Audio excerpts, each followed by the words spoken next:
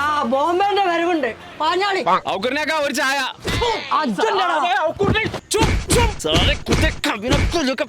ഉസ്മാൻ എനിക്കത്തെ വേണ്ടറിന് സുഖീനോ എനിക്ക് തീരെ സുഖല്ല. തളച്ച വെള്ളം മേത്തേക്ക് ഒഴിച്ചിക്കേ ഉരുക്ക് തടി അതുകൊണ്ട് തിരക്കടില്ല. എന്റെ വല്യപ്പാന്റെ ആരോഗ്യ വെച്ച് കിട്ടി 80-85 കാലഘട്ടം തുടങ്ങി എന്റെ കട്ടക്കാലം. എന്തായിരുന്നു മുട്ടപപ്സം വേണ്ട പോർന്ന്. വല്യപ്പി ഞാനും കൂടെ ബോംബെയിൽ ഔറാപാലത്തിന്റെ ചോട്ട് ചൂണ്ടലിട്ട് കൊണ്ട് ഞാൻ നിൽക്കാണ്. ഒരു ഒറ്റ കൊത്തല ഒരു മീൻ വന്നിട്ട് വല്യപ്പാനും കൊണ്ട് മീൻ അങ്ങോട്ട് പോവാ ഇങ്ങോട്ട് വരിക, അങ്ങോട്ട് പോവാ ഇങ്ങോട്ട് വരിക. ഞാൻ ആ ചൂണ്ടലിൽ വാങ്ങിയ ഒരു ഒറ്റ വലിയ ഏത് വലിയ മാട്ടിയെ കോട്ടോ മിനി കോട്ടോ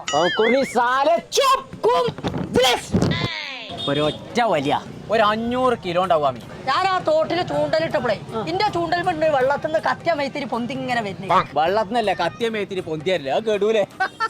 എന്റെ മീനിന്റെ തൂക്കം കുറയാതെ എന്റെ മൈത്തിരി കെടൂല.